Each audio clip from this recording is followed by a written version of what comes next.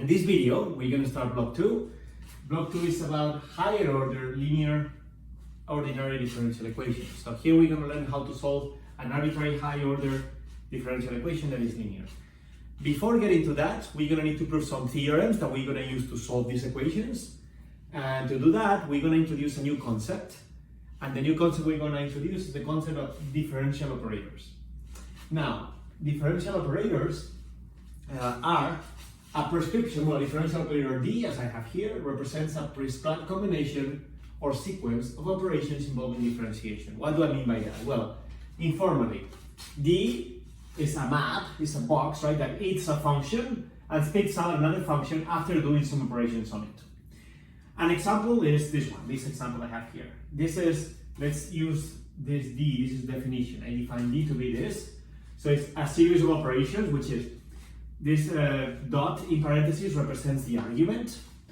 So it's like, well, take whatever the argument is, take the square, plus multiply by t squared, and put the argument, plus take the derivative of the argument. Example, apply to a function x of t. If I apply d to the function x of t, I get, okay, first take the square of the argument. The argument is d, so x squared.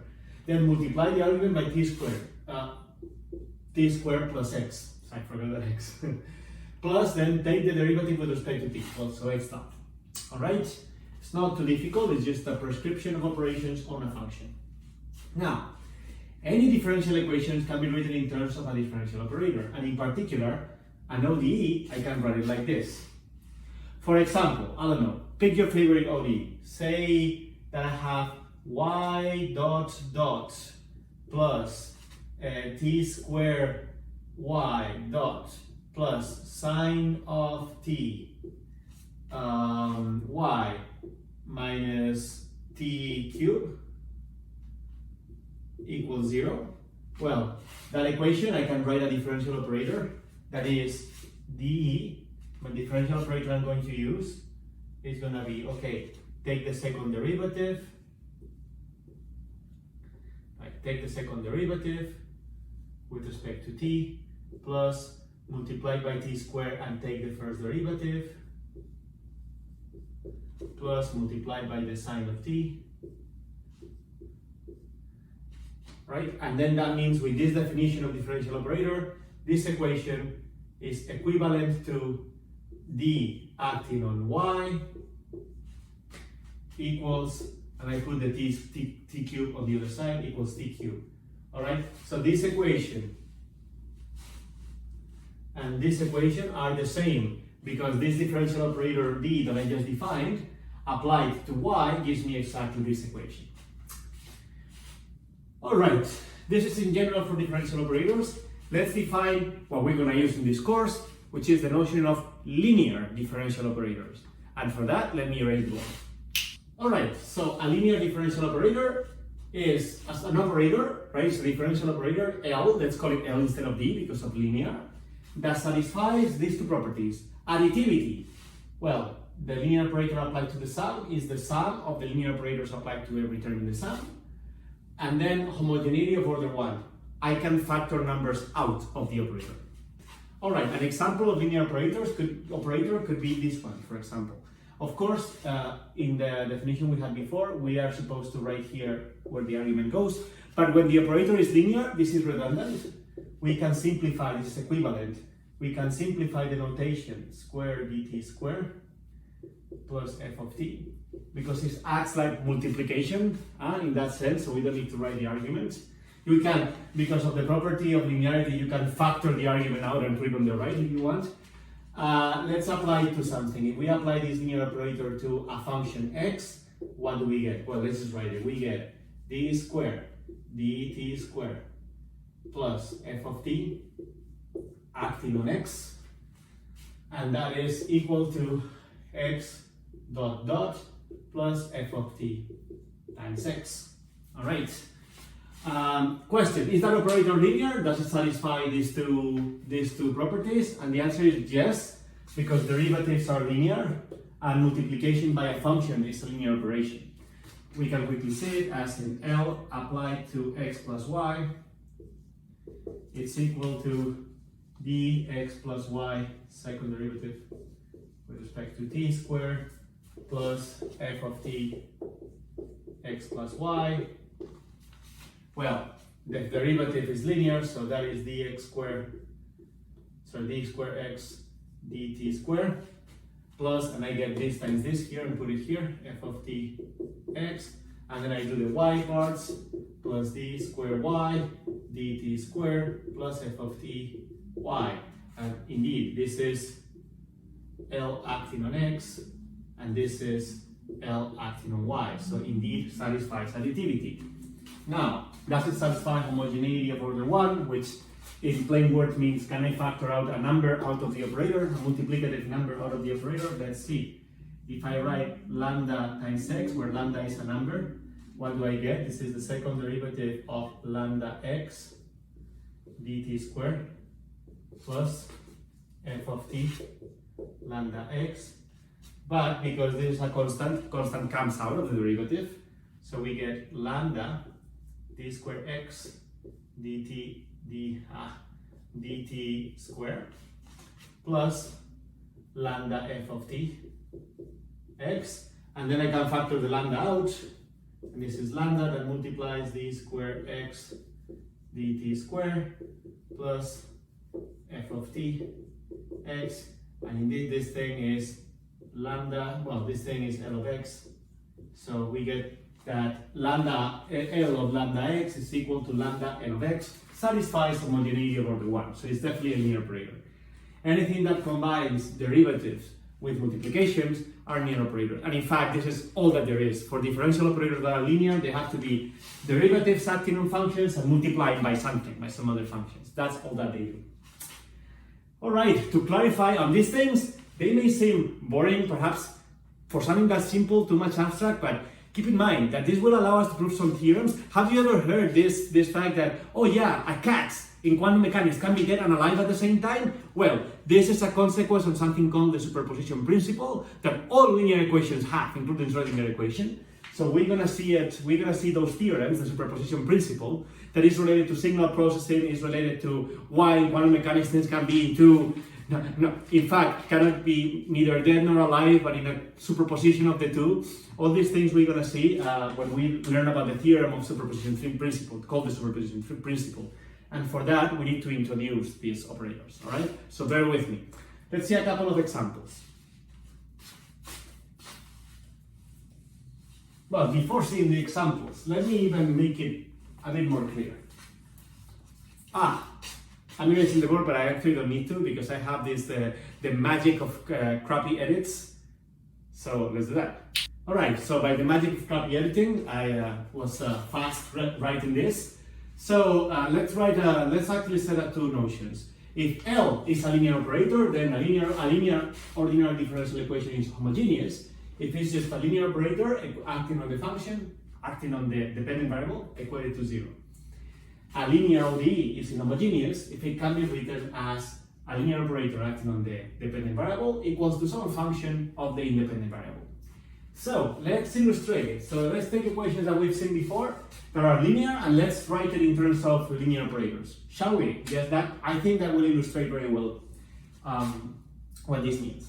So imagine that I have the equation y prime plus sine of x y prime plus 3xy equals 0. Alright, so for this one, there is a linear operator I can define. This linear operator is going to be second derivative with respect to x squared, so a second derivative with respect to x, plus sine of x first derivative with respect to x, plus 3x. If I define this linear operator, then the equation would be written as L. This is the same as L acting on y equals 0. You see, if I get L acting on y, what do I get? Well, the second derivative of y with respect to x, y prime prime, plus sine x times the first derivative acting on y, y prime, plus 3x times y, so the third term. So you see, this equation and this equation are the same with this definition of L. Let's call it L1, because we're going to do several of them. And notice here that y is the dependent variable, x is the independent variable. All right, let's write another. How about x prime prime? Well, let's do dots just to have different notations. X dot plus x t plus cosine of t equals 0. Another linear equation. Okay, so let me define an L2 differential operator. This is a definition if you want. I'm going to define it as d dt plus t, all right? And then if I apply, this equation is the same as get L2 applied to x. What do I get when I apply it to x? Well, I get derivative of x with respect to t, that's x dot, and then t times x, that's xt. Oh, and I'm missing the cosine, that on the other side will be minus cosine of t. There you go. So this equation is linear, but non-homogeneous. Okay? This expresses this linear operator 2 acting on x. And so on and so forth. Let's run one more. I mean, this is usually, I know, recorded on video, lectures can get more boring than they are in person. I'm really sorry about that. Bear with me, because now I'm going to ask the class, oh, please tell me your favorite differential equation. And somebody will tell me, usually very kind people will tell me their favorite differential equations. They will make a joke and say, none, and we will all laugh, and we'll have a good time, and we will connect. But circumstances where they are, we will still have some live sessions that I hope we enjoy a little bit, but still, this is a video, you have to bear with me. Okay, so let's see, another one. How about y dot dot dot minus x cubed multiplied by the arc tangent of x, y equals 3. How about that one? All right, well, it's still linear, you see on y. So I can define a linear operator. Let me define as the third derivative with respect to x minus x cubed arc tangent of x. And that means that the equation, this equation, let's call it 1, and let's call this operator L3. Maybe let's call this equation 3. L3, and this is, to make it all parallel, 1, 2. If we call this equation 3, then L3 applied to y, what does that give me? Well, it will give me the third derivative of y, that term, minus x cubed arctangent of x times y, that term, and that's in an inhomogeneity that I write here, 3, this is the same equation. It's equivalent to equation 3. Okay? All right, so you see, now hopefully you know how linear operators, what are linear operators. There's actually pretty simple stuff, it's just a little bit more abstract. And the reason that we use abstraction is to have powerful tools. Now we're going to be able to prove some theorems. Actually, I'm going to give you 3 theorems that we're going to be using. 2 of them I'm going to prove. One of them I'm not going to prove because it requires a little bit more math than you know at the moment. And by a bit, I mean a lot. I mean at least another course that definitely not all of you are going to take. But if you are interested in these things, take functional analysis, right? A course called functional analysis. I will let you see a glimpse of it, hopefully, because there's something super cool that we can talk about it right now that connects with your algebra courses. Because algebra and calculus are 2 different manifestations of the same thing. They're not different. And what actually the discipline where they come together and you see they are that is called functional analysis, and also something called differential geometry, but you are not going to see, some of you might if you really like math, but you're not going to see those courses. That's not part of your education. Only mathematical physicists or mathematicians, usually pure mathematicians, usually see that. But still, bear with me, as you progress, you're seeing algebra right now as well. Well, when you see diagonalization in algebra, I will show you something really, really, really neat. That is, I mean, it's mind-blowing. And every time the first time I was told that, I was like, wow, math is super cool. And it's not just because I'm a nerd, which I am, but it's not just because of that. I promise to you that you're gonna enjoy it. At least, okay, I promise to you that there's an 85% chance that you enjoy it. How about that? This is as much as I can do. All right, but for now, bear with me. This, take it as something that is gonna open the doors of abstract, powerful math for you. All right, let me, by the magic of crappy editing, let me quickly erase the board and prove a couple of theorems that we're gonna use. All right, so we're gonna see a series of theorems and we're gonna give them kind of a phony name to remember them. So, because these three theorems are gonna be important in our solving differential equations. So this one I give them names like this one is gonna be theorem uno, which means one in some language. Anyway, we give it that name and to remember. So when we refer to a theorem, we take theorem uno, theorem dos, theorem tres, right? But that is just to give them a name, okay? This one actually has another name, which is called Superposition Principle, and it's extremely interesting. Let's read the math, let's understand some of the physical implications that it has, and then let's prove it. This one I will prove, you don't have to believe.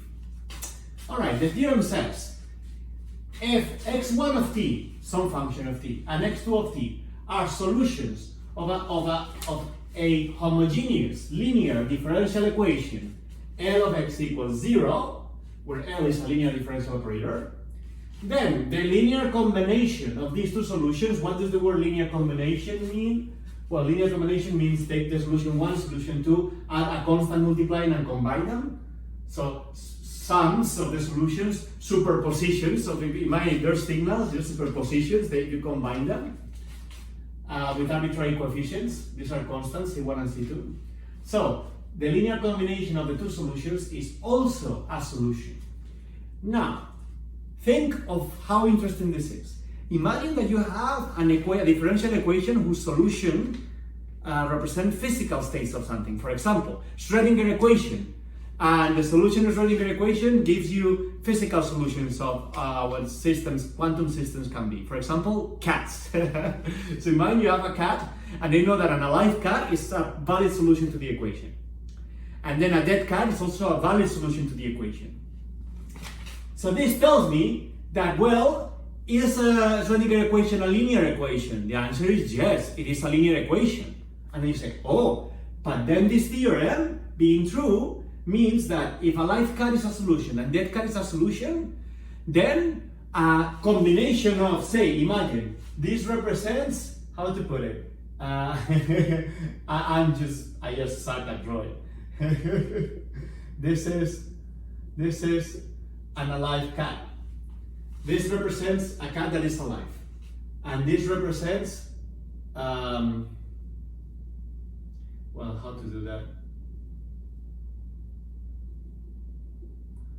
Maybe sleeping, right? Okay, a cat that is awake and a cat that is sleeping. I like cats a lot. I don't want to kill them. So imagine that this represents the solution, whatever, the physical solution of a cat being alive. And this is the solution of a cat being alive but sleeping, right? So if both are valid solutions and the equation that governs the physics of these cats is linear, then this thing, 1 root 2 plus 1 root 2, I just want it to be normalized, that's why I add 1 root 2, 1 root 2. The sum of the two is also a solution, so this is a valid solution.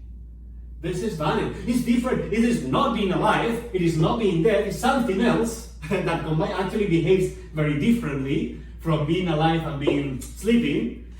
Yet it's neither of them behaves differently, but it's made out of the two. And some people interpret this as being simultaneously alive and sleeping. Alright, so this is a consequence of this theorem, because Schrödinger equation is a linear equation. How is that? Anyway, let's go and prove it. If you can get over my drawing skills, that is. Alright, proof. Okay, let us check whether x3 of t, that I call is some constant c1 times x1 of t plus c2 x2 of t, is a solution of Lx0 under the assumption under the assumptions that, then two assumptions. One, L of x1 equals 0. So x1 is a solution. So if I put x1 instead of x, it's correct because it satisfies the equation x1. L2, L of x2 is also a solution.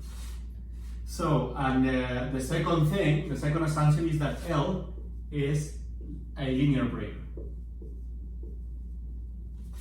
operator. And we want to prove that these assumptions imply that L x3 is a solution. So this means x3 is a solution of this problem.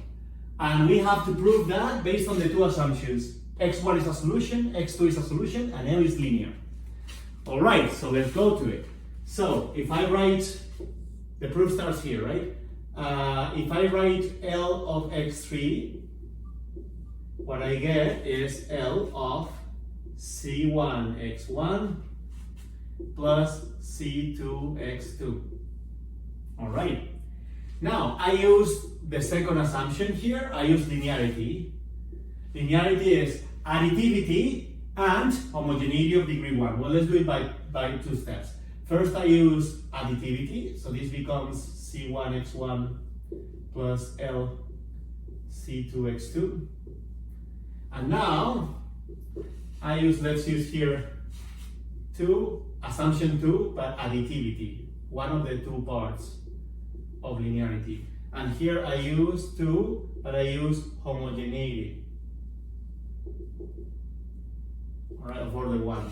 Now, what does that mean? I can take the constants out of the operators. So this would be C1 L of x1 plus C2 L of x2. Oh, but now I use assumption number 1. If I use assumption number 1, then this is 0 and this is 0 because x1 and x2 are solutions to the equation, satisfy this when I put x1 or x2, and that means that this thing is 0. So L of x3 is 0 under the assumptions that x1 and x2 are solutions and L is linear, and therefore this proves it. This is the same what is used for proof in math. I use an alternative one that is also pretty common, at least for me, which is that one. So we proved it. Wonderful, we proved the theorem. How is that? Theorem 1, the superposition principle, we just proved. All right, let's just contemplate how beautiful this theorem is and the chasm of implications that this theorem has. Just let's look at that just for 3 seconds.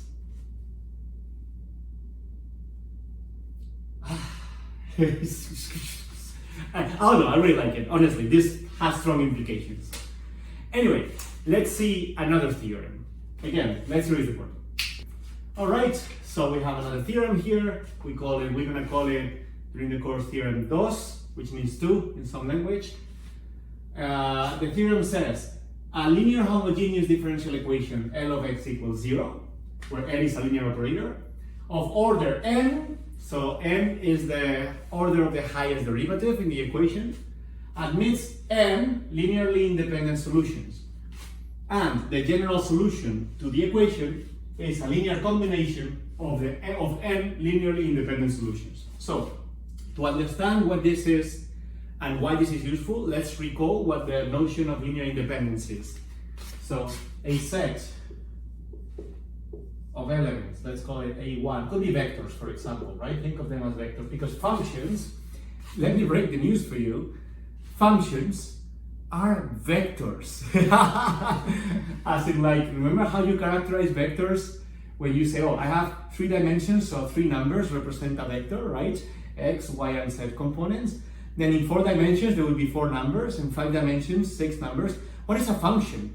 It's a collection of numbers, right? For every value of X, you have a number. But there's an infinitely many number of values for X. So maybe F is a vector of infinite dimension. So yeah, maybe functions are vectors, maybe. We will see it again. When you see things like diagonalization in algebra, we will get back to this. And we will see how calculus is kind of the algebra of infinite dimensional vector spaces. But yeah, that when the time comes, we will talk a little bit about it for fun. Not because it's part of the course, but for fun. For those of you that want the fun. All right. A set A1 to AN, think of it as a set of vectors, for example, is linearly independent if we cannot express any of the elements as a linear combination of the others. What is a linear combination? Well, a sum with coefficients, a sum with constants. Let me put it like that. The condition is A1, AN, and elements linearly independent if and only if the AJ is not a sum for J for I different to J of all the others that are not this of CI AI for all J, of course, for all J in 1, 2, 3, N. For all numbers J that go from 1 to N, right? 1 to N.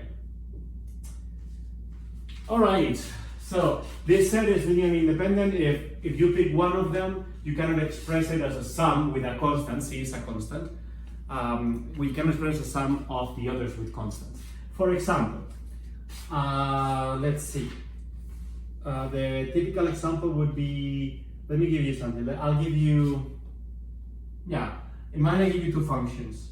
I give you y3, we're going to see these examples later.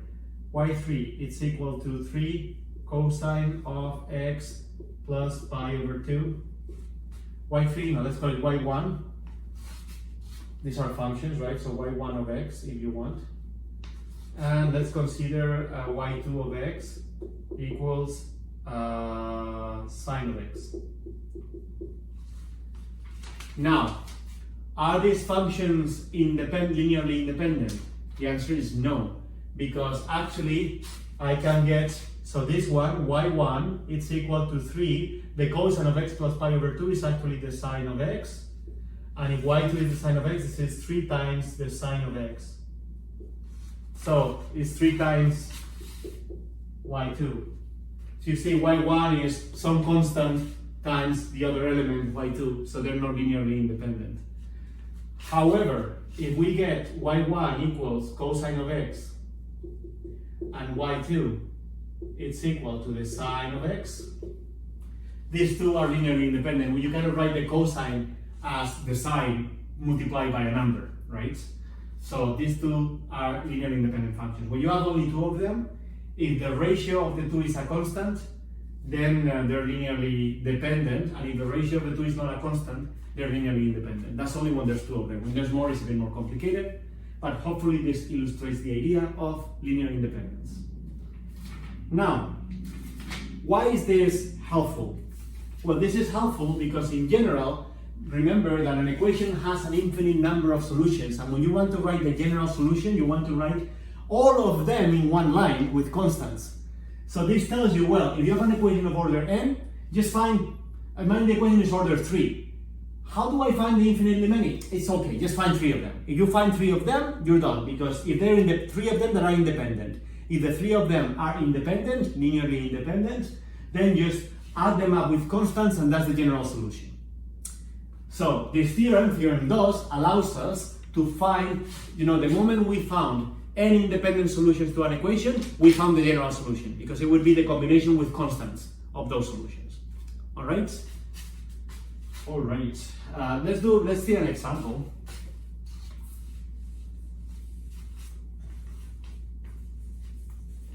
So if I write, I should have used magic for erasing this. Too late though. I erased it manually. Thank you for indulging with me. If you're seeing this video at twice the speed, because sometimes it happens, just to make it shorter, I will say, thank you for indulging me. and that would probably sound with my normal voice. And if I say, thank you for indulging me, that would sound like probably unintelligible. Anyway, we'll see. You will tell me in the feedback sessions, hopefully. All right, so let's write an example. So imagine that I have the equation y dot dot plus y equals 0. This is classification, it's an ODE. Dependent variable is y, independent variable, let's say it's x. Okay, it's not explicit, but let's say it's x. So, it's linear, obviously. It's also homogeneous. Now, it's got infinitely many solutions. But we can find at least 2 of them by eyeballing, no? Because if we find 2, it's done. Remember, there's only 2 linearly independent, and the general solution is the linear combination of these 2. Let's try to find them. Now thinking, do you know of any function that when you take the second derivative becomes the same function with a minus sign? That would work, right? If y dot dot is equal, so if y dot dot is equal to minus y, is this equation, right? Do you know any cases like that? And you would tell me, yes, we do. What? Well, of course, the sine of x. Like, all right, sine, y equals sine of x. Yeah, if I take y dot, this thing is the cosine of x. But then if I take y dot dot, is the minus sine of x. Yeah, that does it. That would be a solution. So I found one solution. One solution is y of x equals sine of x. That's not a general solution, it's just one of them. We're gonna find methods for this, so don't worry, it's not that you need to eyeball. This is easy, but in general it's complicated to eyeball things. All right, how about another solution? And you would say, well, the cosine, right? If y is the cosine of x, then y dot is the minus sine of x, and then y dot dot is equal to the minus cosine of x. So that works as well. Y is minus y dot dot. Okay, so I got another solution. y2 of x equals the cosine of x. Are they linearly independent? Yes, they are. Because the ratio of the 2 is not a number, it's the tangent, right? So it's definitely, you cannot write the sine as some number multiplying the cosine. Wonderful, then I have 2 solutions that are linearly independent. This equation is order 2, so theorem tells me that the general solution to the equation, the general solution to this equation, by the way, let me write, just for clarity, L in this case, the linear operator in this case was second derivative with respect to x plus 1, okay? So the equation is L applied to 1 now. All right, so we know from this theorem that the general solution y of x would be capturing the infinitely many solutions we have, a constant c1 times the sine of x plus a constant c2 times the cosine of x. And if you check this equation, this solution, if you plug it in here, will always satisfy this equation. C1 and C2 are real numbers in this case, right? Constants, let's say, right? You don't have to write. All right, so this is what the theorem tells me. And there's no other solutions. I got all of them. The infinitely many of them are a 2-parameter family with C1 and C2. The dimension of the space is 2, the space of solutions, a vector space if you want. Where sine is one vector, cosine is another vector. Anyway, so this theorem is powerful. It tells me, given a differential equation of order n, don't find the infinitely many, just find n of them that are independent, and the general solution is the sum of them with constants. That clear? I hope so.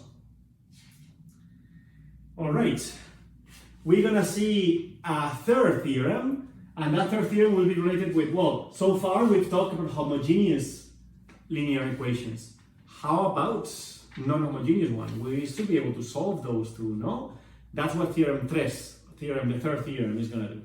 All right, let's erase the board. All right, so here's the third of the theorems we're gonna see in this part of the course that are gonna be really helpful to solve arbitrary differential equations that are linear. Now, theorem 3 says the solution of a general linear differential equation, L of x equals R of t, is given by the sum of the general solution of the homogeneous equation, L of x equals 0, and any particular solution, xpt, of the inhomogeneous equation. All right, so this is, look at this. Basically, this tells you that, okay, if you have inhomogeneities, you know how to solve this one, but you don't know how to solve that one. It's fine, solve this one, solve the homogeneous version, which is simpler, and then find just one particular solution of the inhomogeneous problem, and add it to the general solution of the homogeneous one, and you get a solution to the inhomogeneous problem. Not only you get one, it's the general one. So I'm gonna do a semi-proof of this, and by that I'm gonna prove that certainly the general solution of this plus a particular solution is a solution of that one. And then using arguments that, again, you need another course to understand, basically dimensionality of the space of solutions, we can actually prove that that is not only a solution, it's the general solution. Anyway, let's just do the proof and see. All right, the proof is easy. So, suppose that x homogeneous x sub h of t is the solution to the homogeneous problem, and that is L of x equals 0. What does that mean? Well, that means that L of xh is equal to 0. All right, now suppose, it's two p's. Suppose now that a little bird told me that x sub t of t is a solution of the full problem. What does that mean? Well, that means that L of xp is equal R of t. So imagine that xh is actually the general solution to the homogeneous problem. So it satisfies this, okay? It could be any solution, but in particular, take the general solution. And then, again, for the theorem, for this part of the proof, you don't need to assume it's general, it's just a solution to the homogeneous problem. And then, xp of t is one solution of the non-homogeneous one. Well, then, let's see if under these assumptions,